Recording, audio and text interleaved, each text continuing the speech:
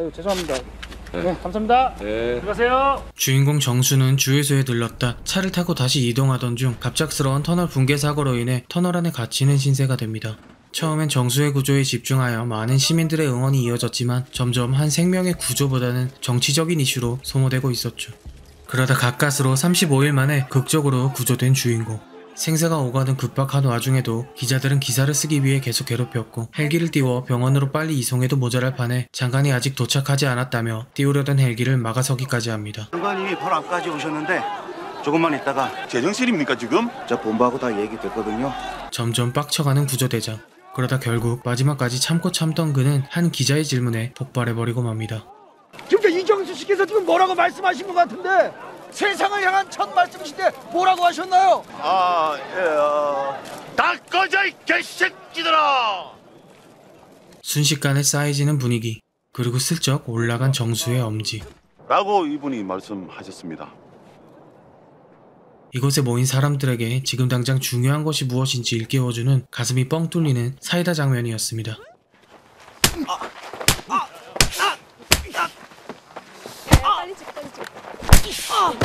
어릴 적엔 뛰어난 권투 꿈나무였으나 현재는 그 꿈을 접고 평범한 국수집을 운영 중인 덕규. 그러던 어느 날 하나밖에 없는 딸이 엉망진창인 상태로 집으로 들어왔고 덕규는 복수를 해주기 위해 학폭 가해자들을 찾아갑니다. 건설의 주먹이다. 아 진짜 연기 쩔었잖아요. 딸 친구라던 여학생마저 사실은 한통속임을 알게 된 덕규. 계속되는 어린애들의 도발에 최대한 참아보려 했지만 딸을 모욕하는 순간 참지 못하고 폭발해버리고 맙니다. 씨발 딸년이나 애비나 맷집 하나 쪄나보지? 참을 만큼 참은 덕규의 참교육이 시작됩니다.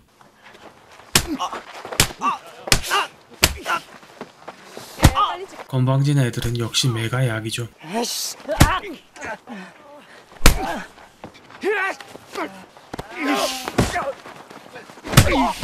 원래 촬영을 하던 여학생으로 인해 나중에 고구마겠구나 싶었던 순간에도 다행히 폰을 빼앗으며 깔끔한 사이다로 마무리 지었습니다.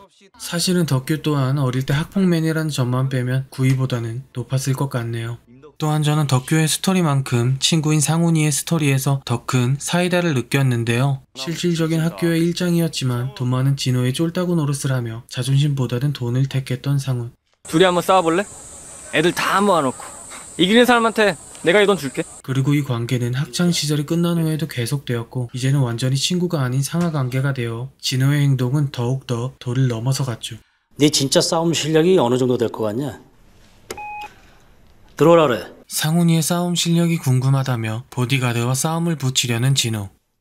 네 진짜 싸움 실력을 한번 보고 싶거든. 자, 시작! 현타가 찾아온 상훈. 회장님, 우리가 지금 18살입니까? 나이를 먹어 회장이 된 진호지만 아직 정신연령은 고등학교 때를 벗어나지 못했나 봅니다. 진호야. 돈 때문에 여태껏 빌붙어 있었지만 상훈에게도 마지막 자존심만큼은 남아 있었습니다. 진호야! 넌 왜 18살에서 잘하지가 않냐? 우리 인연이 참 즐겼다. 친구에게 일침을 가하며 뛰쳐나가는 상훈. 화끈하게 회사를 때려치는 상훈의 모습에서 왠지 모를 카타르시스가 빡 하고 느껴졌습니다. 한 번쯤은 상상해 보셨을 겁니다. 윗사람에게 들이받고 뛰쳐나가는 멋진 내 모습을. 우리 상훈이가 돈 때문에 나간 모양인데 연봉 1억 더 얹어주고 당장 데려와. 알겠습니다. 그리고 마지막엔 상훈에게 집착하며 후회하는 진호의 모습까지. 소리 한번 지르고 연봉 1억 추가라니 아주 괜찮은 사이다였습니다. 현수 보니까 옛날 생각 많이 난다. 파리는 1978년에 학교를 다룬 영화 말죽거리 잔혹사입니다. 학생이고 선생이고 할 것 없이 문제 생기면 바로 주먹이 날아가고 발차기가 날아가는 폭력 불감증의 시대극을 다룬 영화입니다. 이 영화에서 사이다인 장면은 2개 정도로 꼽을 수 있는데요. 첫째는 너무나도 유명한 주인공 현수의 너 이리 나와 장면입니다. 너 이리 나와. 이 씨발놈아. 네가 그렇게 싸움을 잘해? 옥상 올라와. 이소룡에 빙의한 현수가 쌍절곤으로 하고 싶은 거 다 하는 액션 장면입니다. 현수의 답답한 성장통을 보며 화가 나면서도 내가 왜 이 영화를 끝까지 보고 있을까라는 무릎에 답해주는 명장면이었죠. 참을 땐 참을 줄 알고 터트릴 땐 터트릴 줄 아는 상남자의 사이다입니다.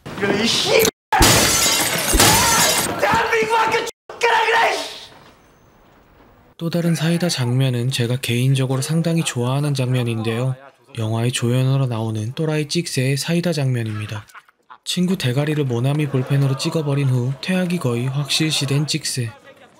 그런 슬픈 찍새를 잘못 건드린 교련 선생의 굴욕입니다. 야, 좀 때리지 좀 마요. 어차피 좀 있으면 잘릴 건데. 이런 싸가지 없는 새끼가 있나 이거 이 새끼가 봤네 이 새끼. 야, 너 어디서 학생이 잘렸냐? 아무리 권력의 힘이 높아도 미친 개에게 물리면 답이 없다는 걸 보여주는 사이다 장면입니다. 역시 직장이든 학교든 퇴사자는 건들면 안 되는 게 시대 불문하고 국룰인 것 같네요.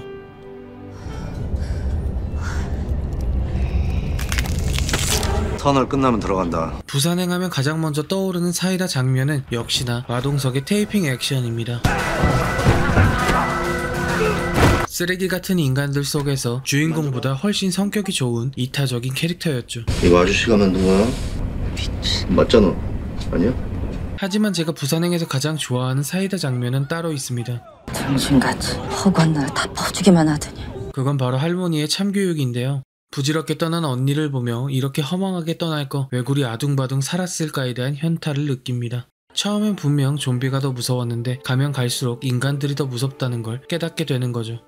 집단적 광기에 대한 복수로 할머니의 트롤짓이 강한 사이다로 남았던 것 같네요. 고생 많았다 언니. 저는 야 서로 이제 막아!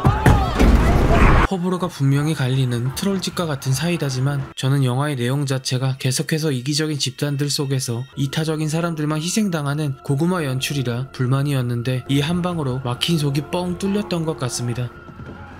너 나한테 한 번만 더 손대면 그땐 피똥 싼다. 영화 싸움의 기술은 주인공의 스승 판수가 자주 보는 무협지의 성격을 강하게 띠고 있습니다. 모자르고 바보 같던 주인공 제자가 무림지존 고수를 만나 자신의 재능에 눈을 뜨고 폭풍 성장하는 스토리죠. 주인공 병태는 나약했던 시절을 벗어나 마지막엔 멋지게 복수에 성공하며 사이다를 줍니다. 판수에게 배웠던 쓸모없어 보였던 기술들이 절묘하게 맞아떨어지면서 차근차근 일진들을 복수해 나갔죠. 하지만 이 영화를 본 관객분들이라면 주인공 병태보다는 지존 고수 판수에게 더 눈길이 갈 텐데요. 싸움 좀 한다며? 에? 생긴 건 꼭 제비족같이 생겨가지고.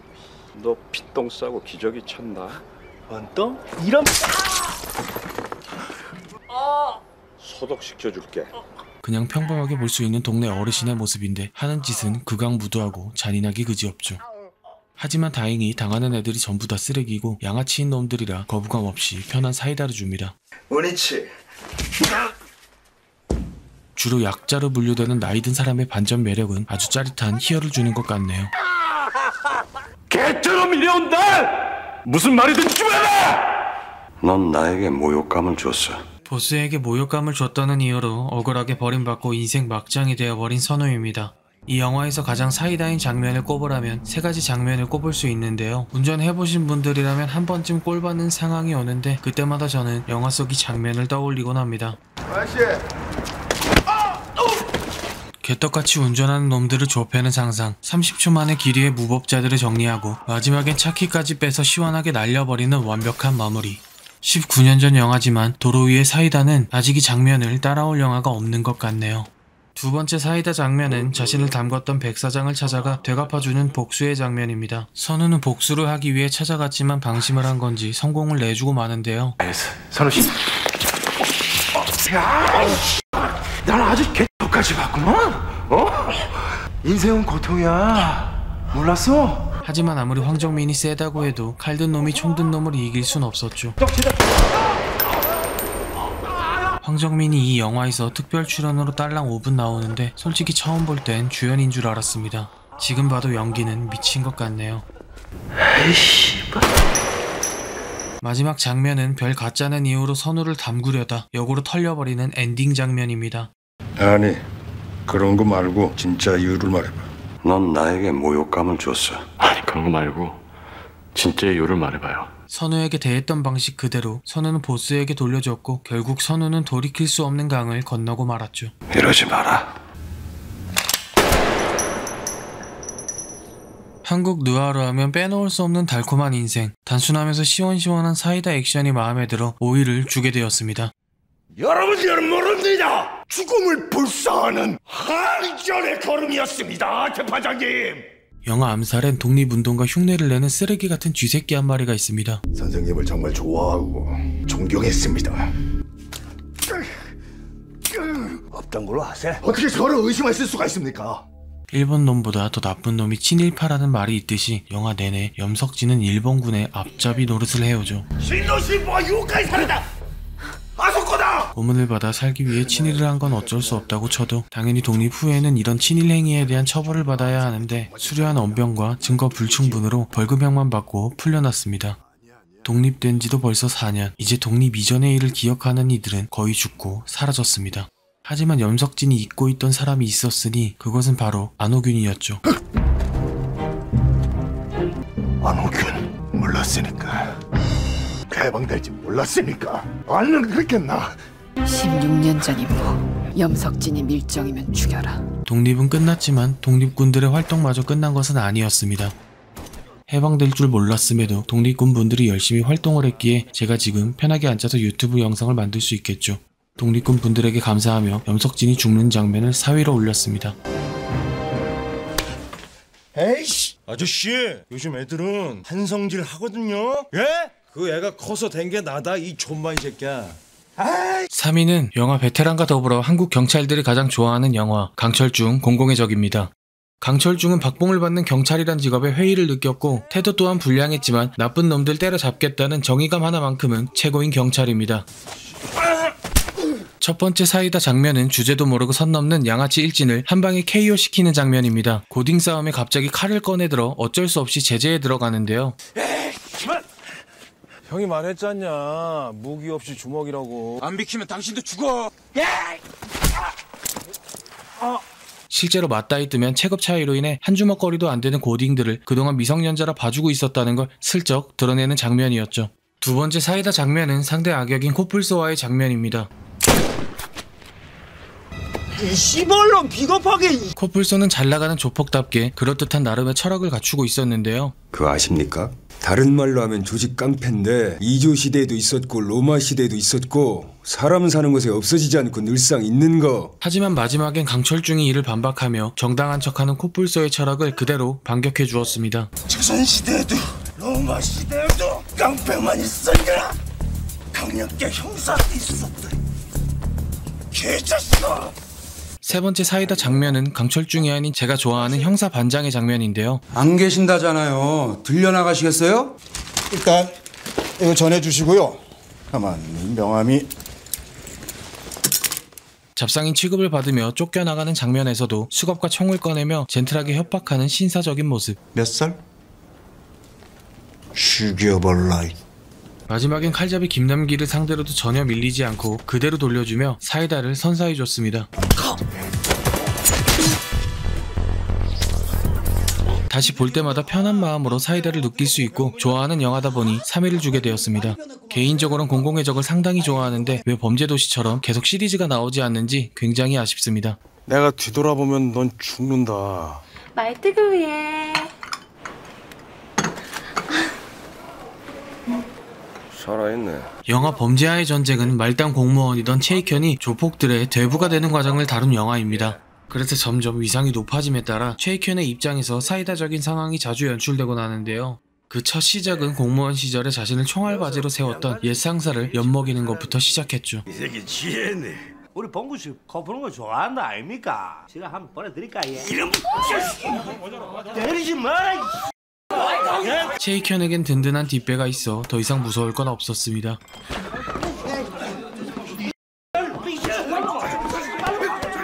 그건 나중에 경찰서로 간 후에도 마찬가지였는데요. 저 돌았나? 너희 사장 어딨어? 강 사장 데리고 와! 이때는 오히려 건달 조폭들이 꼼짝 못하는 상황이었음에도 자신은 반건달이기 때문에 경찰들을 꼼짝 못하게 만들었었죠. 내가 임마 너희 사장이랑 임마 어저께도 같이 밥 먹고 사우나도 같이 가고 다 했어. 또한 이 영화에서 가장 마음에 드는 사이다 장면을 고르라면 많은 분들이 최영배와 김판우의 맥주씬을 떠올리지 않을까 싶습니다. 안 되겠다. 이걸 좀 맞자. 대가리 좀 컸다고 주제도 모르고 기어오르는 놈에겐 맥주병만큼 효과적인 무기는 없을 겁니다. 하지만 저는 이 장면보다 마지막 장면에서 보다 큰 희열의 사이다를 맛봤는데요. 이 영화는 다른 조폭 영화와는 다르게 액션씬이 상당히 현실적이라 할 수 있습니다. 다른 조폭 영화의 경우 일당백은 기본이고 거의 액션 판타지를 만들어 놓곤 하죠. 반면에 범죄와의 전쟁은 흔해 빠진 멋진 주먹 싸움도 없고 그저 허세 가득한 긴판으로 무기로 기습한 뒤 무력해진 상대를 맥주병으로 제압하는 게 가장 큰 전투씬이었죠. 몰라. 그 마들이 그래 센 아들이가. 니 못 이기나? 그게 아니라 이 명분이 없다 아닙니까 명분이. 주먹으로 100% 내가 이기지 뭐. 극중의 최영배가 최고의 싸움꾼이라는 식으로 계속해서 언급은 되지만 결국 마지막에 보면 늙은 최익현조차 제대로 담그지 못하면서 부풀려지고 허세 가득한 조폭의 민낯을 그대로 보여주게 됩니다. 이 마지막 처절한 장면이 조폭의 현실을 제대로 보여주는 것 같아 시원함과는 다른 의미에서 크게 사이다를 느낀 것 같네요. 사고 왔다니까. 갖고 와 이씨. 한국 영화 속 사이다는 그냥 마동석입니다. 결국 돌고 돌다 그냥 이분이에요. 나쁜 놈들 때려잡는 것만큼 큰 사이다가 어디 있을까요? 마동석이 안경을 끼고 책을 들고 있는 것만큼 쓸모없는 영화는 아마 없을 겁니다. 간다. 영화 부산행에서는 테이핑하고 좀비를 때려잡는 딸바보 아빠, 성난 황소에서는 아내가 납치당해 다 때려 부수는 수산시장 상인, 나쁜 녀석들에서는 악당들이 보기만 해도 겁에 질려하는 조폭, 범죄도시에선 또 그런 조폭들을 때려잡는 형사, 그리고 악인전에서는 또 피도 눈물도 없는 폭력적인 조폭. 그냥 쳐 드시라니. 왜 자꾸 말을 자꾸 해. 영화 이웃사람에서는 사이코패스 살인마 후려패는 착한 조폭. 잘못했습니다. 마지막으로 영화 베테랑에서는 아트박스 사장까지. 보기만 해도 시원시원해지는 액션 때문에 항상 마동석의 영화는 관객분들이 좋아하나 봅니다. 생각 없이 표 끊고 들어가서 다 때려 부수는 장면들을 보면 요즘같이 갈등지수가 높은 시대에 쌓인 스트레스를 쫙 흘려보낼 수 있습니다. 다른 순위는 영화 하나만 놓고 순위를 매겼는데 도저히 마동석 영화를 하나만 고르기나 아쉬워서 마동석은 그냥 자체가 사이다라 영화가 아닌 배우를 꼽았습니다. 예, 알겠습니다. 이번에는 사람이 아니라 몬스터 때려잡는 영화를 찍으셨던데 처음엔 총 드는 척 하다가 결국 또 주먹으로 때려잡는 건 아닐까 싶네요. 지금까지 영상 봐주셔서 감사합니다.